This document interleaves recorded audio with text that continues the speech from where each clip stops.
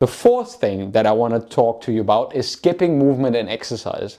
Honestly, lack of physical exercise can increase stress and muscle tension, and those two are big tinnitus aggravators, right? Even a short tinnitus 20-minute walk, not tinnitus walk, just a short 20-minute walk or a little bit of yoga or stretching can shift and make a big difference in your nervous system. So don't skip out on your exercise. Number 5 is poor sleep hygiene.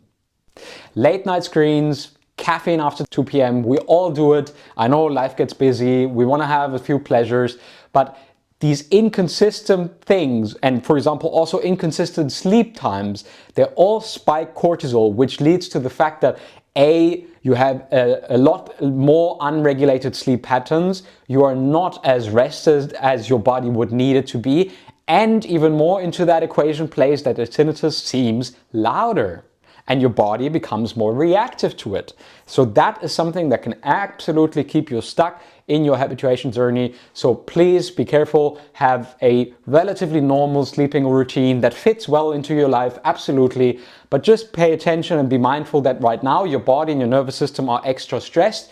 Therefore, you might need to be taking a little bit more care of everything that goes around you.